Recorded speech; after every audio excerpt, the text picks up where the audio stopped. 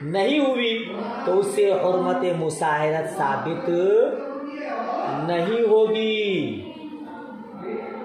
سمجھ شریف میں بات آئی؟ سمجھ شریف میں بات آئی؟ گھنٹی بھی لگ گئی تو عبارت خانے میں سبق سنانے میں ٹائم چلا جاتا ہے، ابھی 20-21 منٹ ہی پڑھایا اور گھنٹی لگ گئی۔ چلیے اسی کو یاد کیجئے، اس کے بعد نور الانوار آپ کو پڑھنی ہے۔ دعائے خیر میں یاد۔ اللہ حافظ، خدا حافظ۔